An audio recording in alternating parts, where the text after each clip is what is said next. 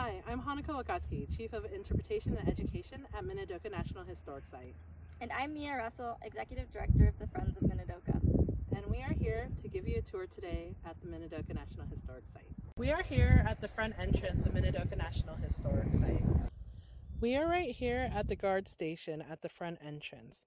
As you look, Minidoka kind of takes this unusual shape, unlike all the other camps, which is more in a blocked or grid shape. But here, due to the North Side Canal right here, that's why we have this unusual shape.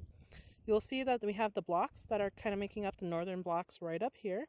That is where most of the Seattle folks were incarcerated, were in these blocks. Then in the southern blocks is mostly where the Portlanders and the Oregonians were incarcerated. We also have Block 44, which is down here, is where the Bainbridge Islanders were. But this gives you a good understanding of the site layout of the 900 acres of the 33,000 acres where people were incarcerated at. Minidoka was a bit unique in that it had a reputation as being a nice camp, because whereas in places like Manzanar, people were shot for being too close to the fence, at Minidoka, the guard towers and the fence were never fully complete. There was even a report published by the War Relocation Authority that speaks to the role of the guard towers at Minidoka as an ever-present threat on the horizon and talks about the psychological toll that they had as symbols of confinement, even if they were never fully utilized. So the guard tower behind me is a historical reconstruction that was created in 2013 and 2014 through a Japanese-American confinement sites grant. This was done as a partnership between Friends of Minidoka, the National Park Service, and Boise State University Department of Construction Management.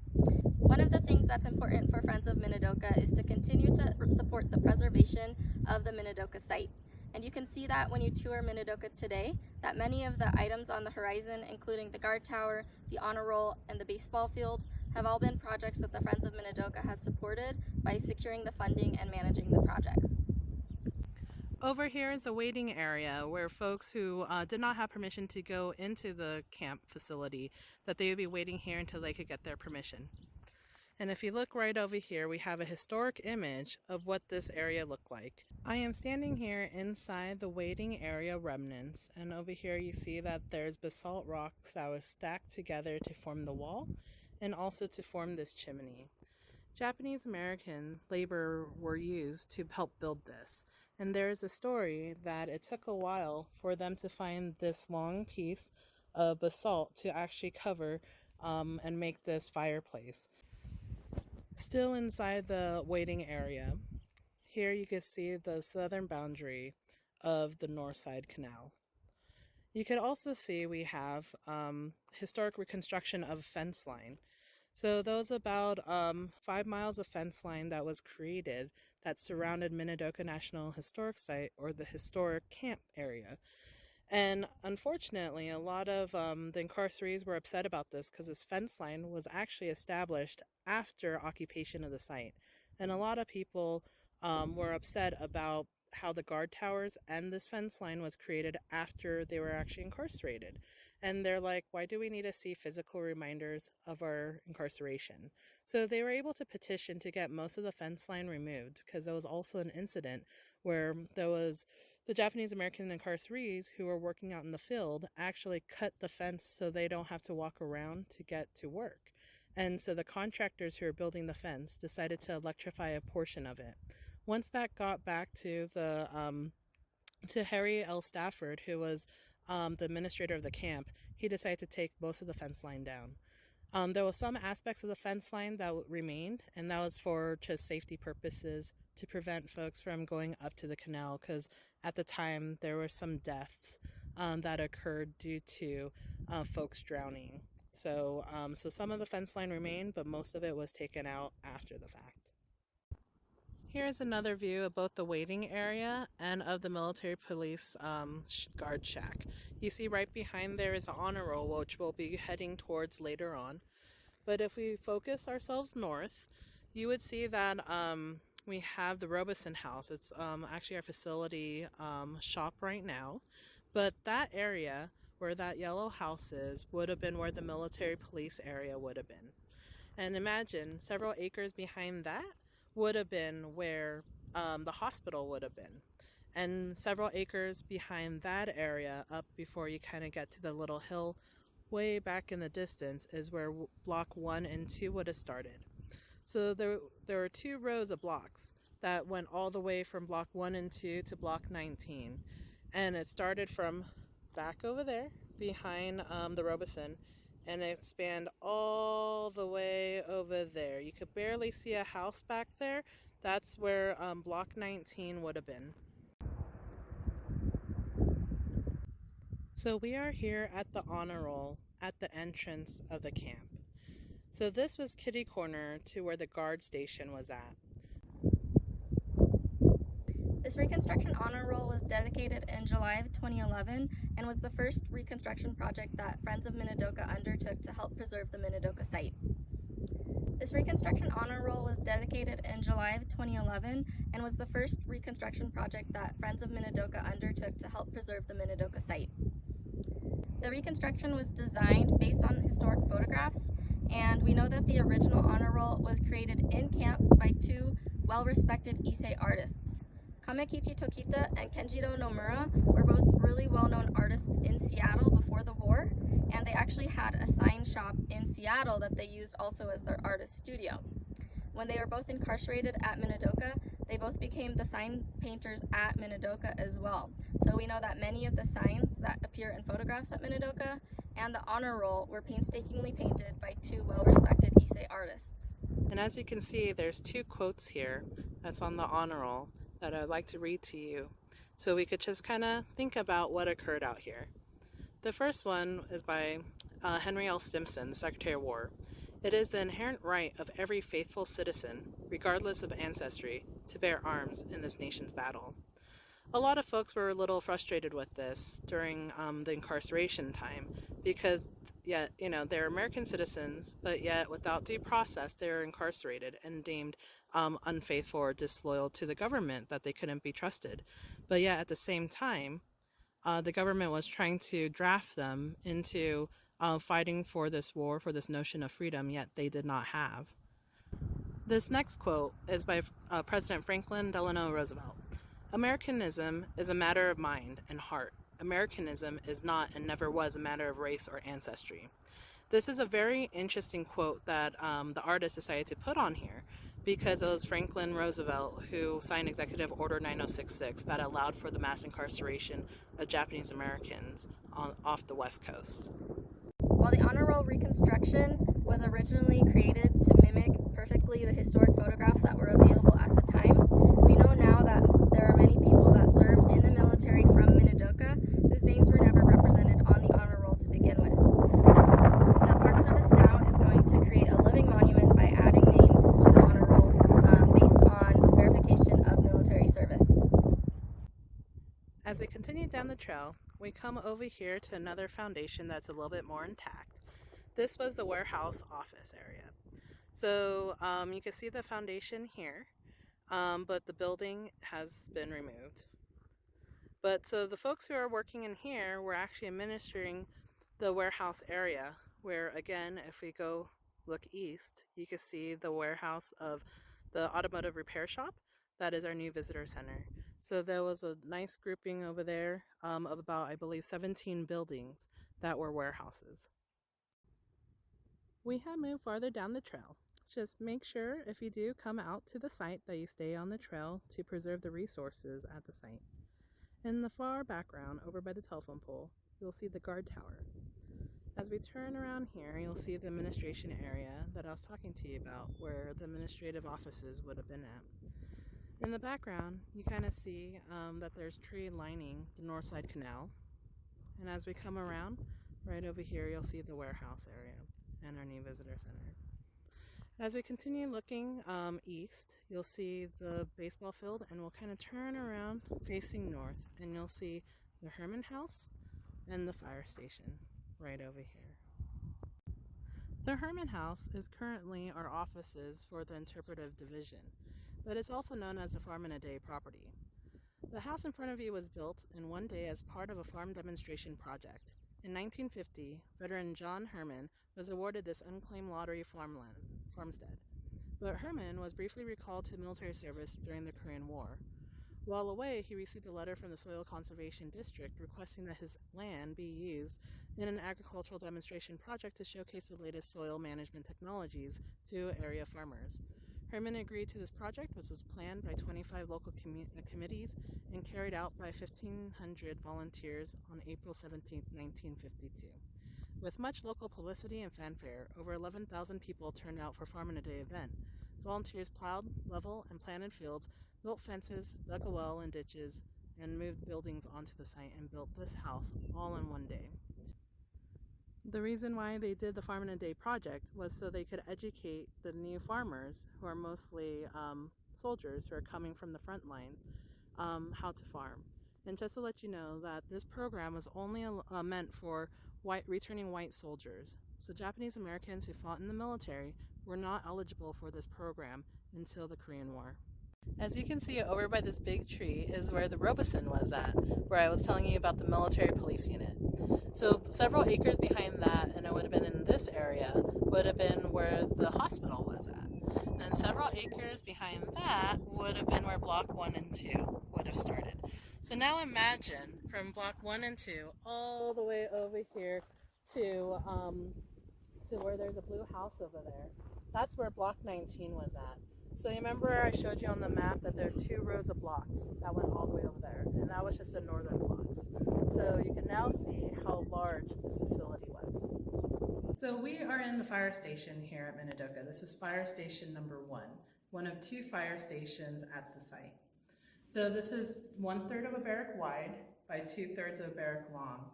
And as you can see up here in the rafters, you can see that there's a modification that extended the bay of this garage. And that was to make sure that a fire truck could fit in here.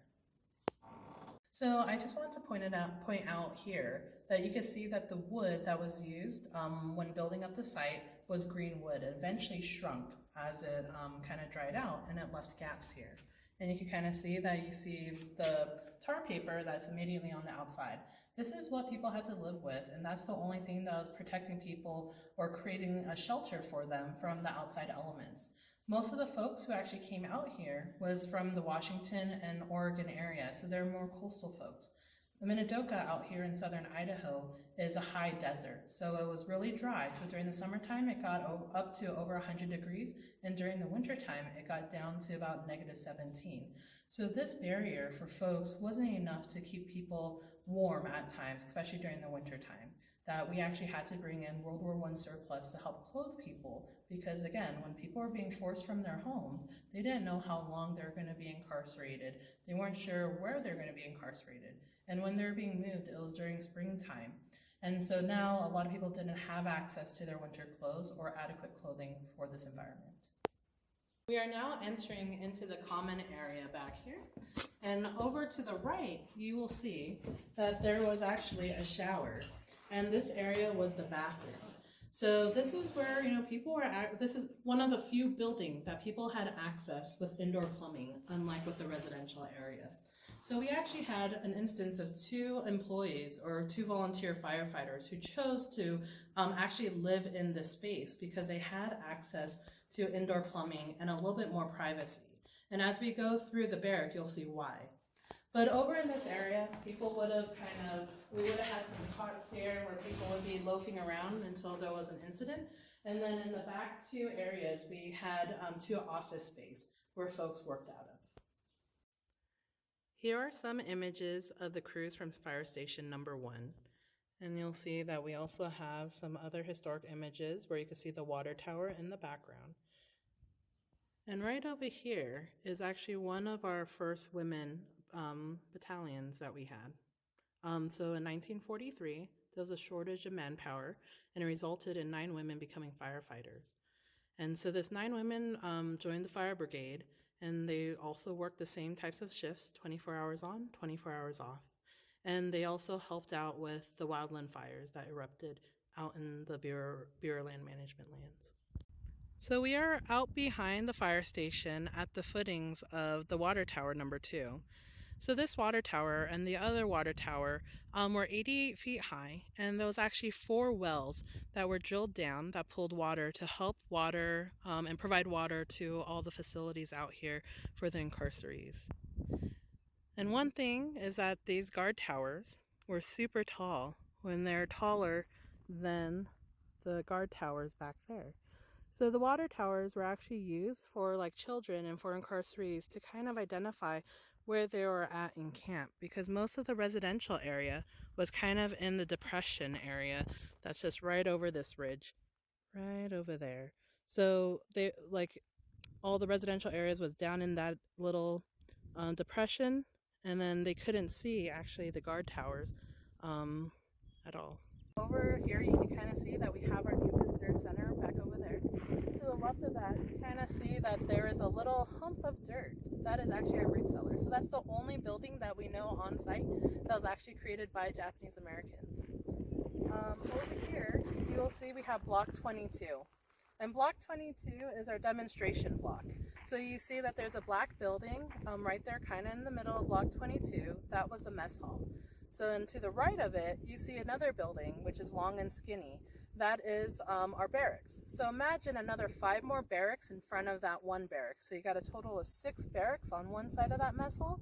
And then imagine another 6 more on the other side of that mess hall.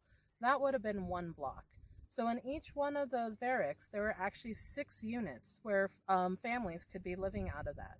So within one entire block, you could have up to 72 families. So it could be between 250 people to 350 people, depending on how many people were living in these blocks. And in front of the mess hall, there would have been an H-shaped building, and that's where the latrines and the showers were, where people, they did not have indoor plumbing. If they had to go relieve themselves or go take a shower, they had to go to another building that was communal. There was no partitions between the toilets or partitions between the showers. So it was a hard transition for people to transition from having their own home, having their own private space, to living in this now communal space where there's not a lot of privacy and there's just not a lot of resources available for folks. So to the right is Block 22. Over to the left would have been Block 21. And behind Block 21, you can kind of see that there's a road back there where there's sprinklers. That would have been Block 23, where the high school and junior high school was. But now you know where Block 22 and Block 21 was. But remember, we were talking about Block 19, which would have been one of the northern most blocks, right over there. So now you can kind of see the physical distance from Block 19 to Block 22. So Block 21 and 22, there were basically 2 rows of blocks that went out and curved around to Block 44, which we would not be able to see here. We are here in center field and also in the amphitheater area. So I was talking to you earlier about how the residential area was in a depression.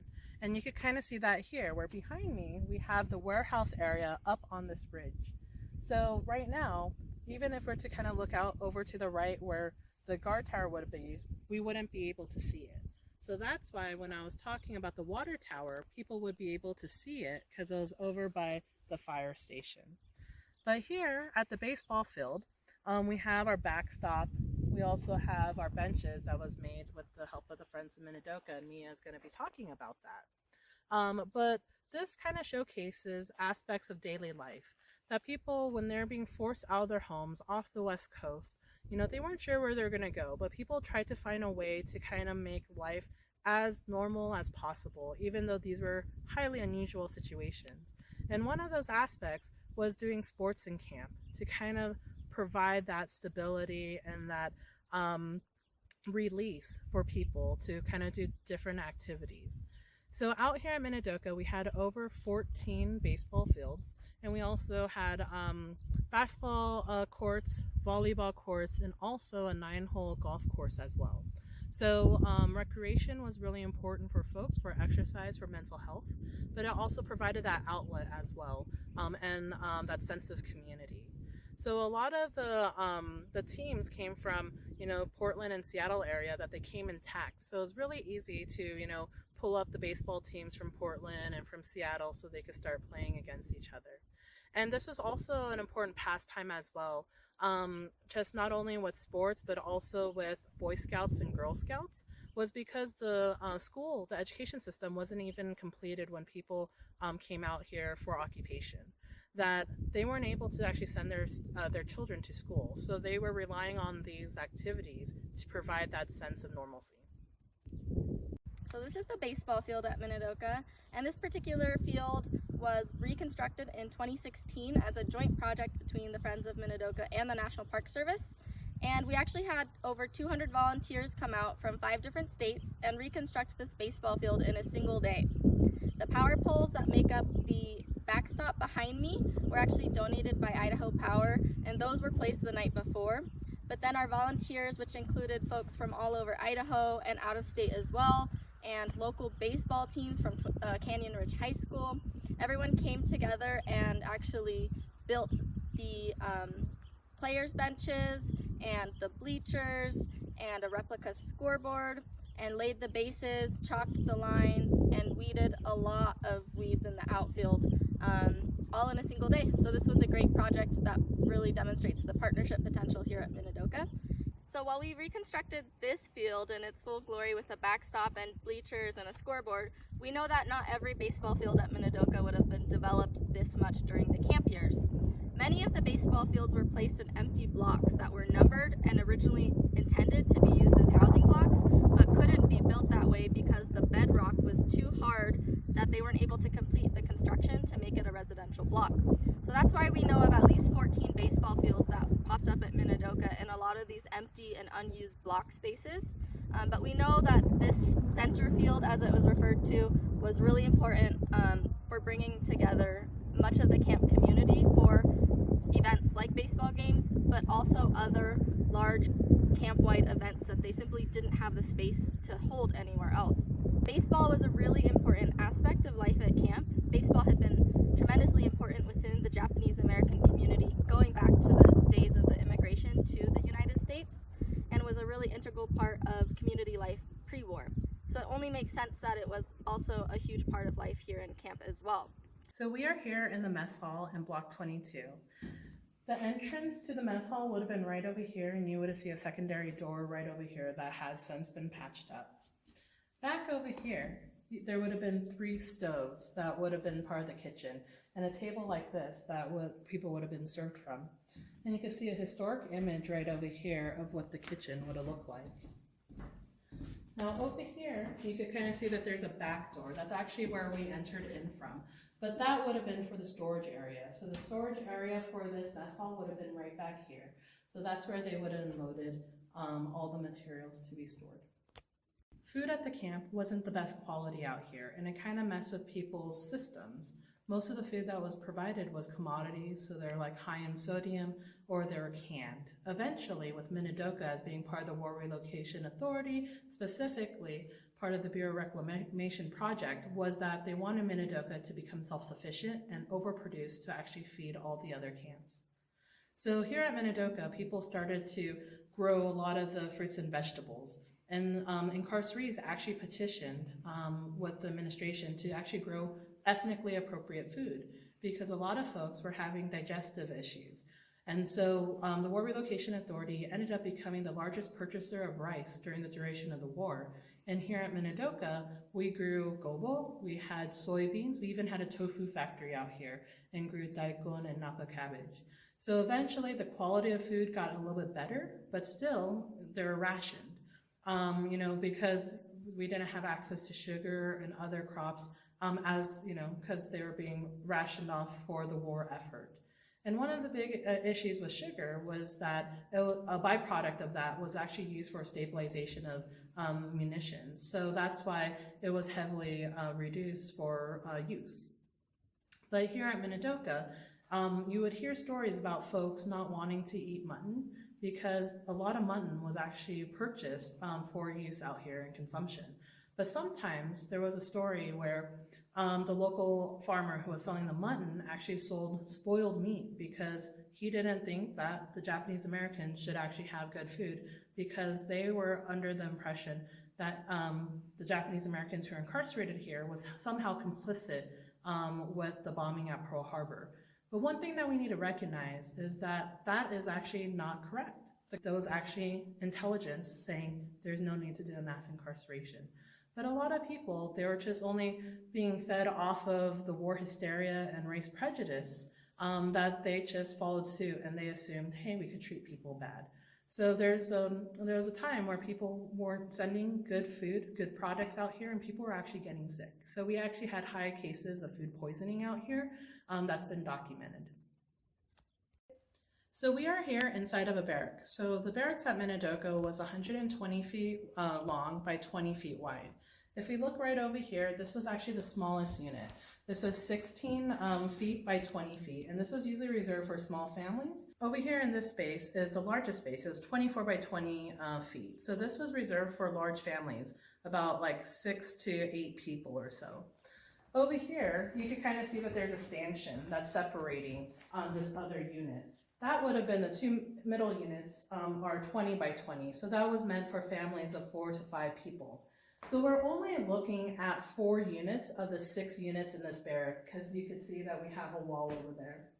So with the construction of these barracks, they weren't spending a lot of time for the construction. Most of the time people are spending less than 1 hour to construct these buildings because it was quantity over quality. So as you can tell, and especially when I showed you over at the fire station, there were gaps in the wood.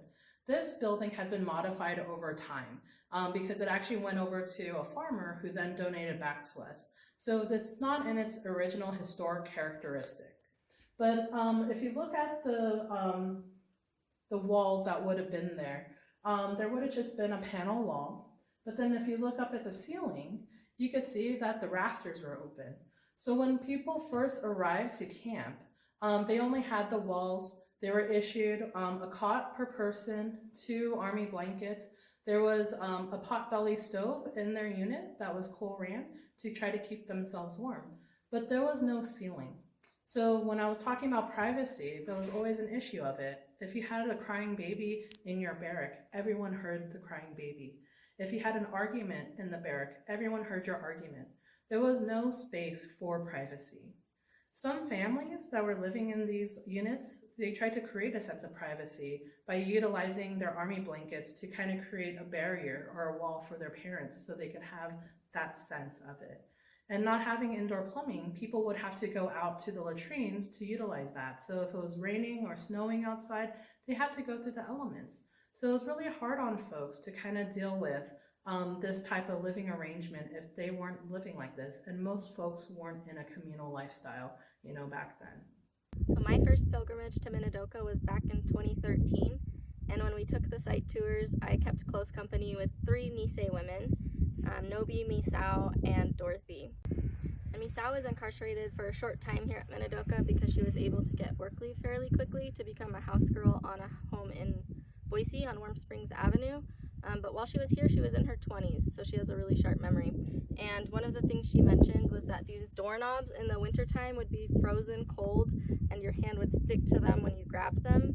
And she actually crocheted a doorknob cover for every single doorknob in her block. So there's 3 doorknobs per barrack and 12 barracks per block. And she crocheted little covers for them just to ease the discomfort of everyone around her. And I thought that was a really neat example of just a small way that everyone had to look out for each other while they were incarcerated here. So now we're kind of up over by the root cellar, and you could kind of see block 22 where it would have been.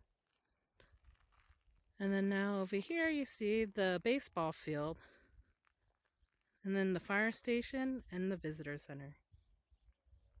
So we are here at the root cellar. So this is the only building that we know for sure that Japanese American built. So this root cellar was one of several built by incarcerees on demand, and they also built a cannery and a pickling plant. In 1943, incarcerees produced about almost a million pounds worth of potatoes and almost 80,000 pounds of carrots, 100,000 pounds of cabbage. All cold storage crops were stored here until needed. And in this hot desert environment, the root cellar kept crops cool in the summer and prevented freezing in the wintertime. This is actually one of the best jobs to have on site because during the summertime it kept at a cool 60 degrees. And right now it's not really that warm out here with the breeze, but when you go into the buildings, it's really, really hot. But this building was engineered to stay cool all year round. So the root cellar is about 200 feet long, 40 feet wide. And at capacity, it could fill about 50 train cars full of produce. You can kind of see that the middle has fallen in over the years due to just weather and other stresses on it. But the thing is, these buildings weren't meant to last, and it's been up for about 75 years. It's in pretty good condition otherwise. But we're in the process of trying to figure out how to stabilize it, as over the years we've had heavy snowfalls that have kind of added a lot of weight to this entrance area. As you can see, it's kind of tilting a little bit. But we're in the process to stabilize this building. Here is an exterior view of the root cellar. As you can see, it runs about 200 feet long, and you can see how that middle area is collapsing. But this area is adjacent to the main road leading up here called Hunt Road. And then right over here, you'll see the foundation of a couple of the warehouses that used to be in this area.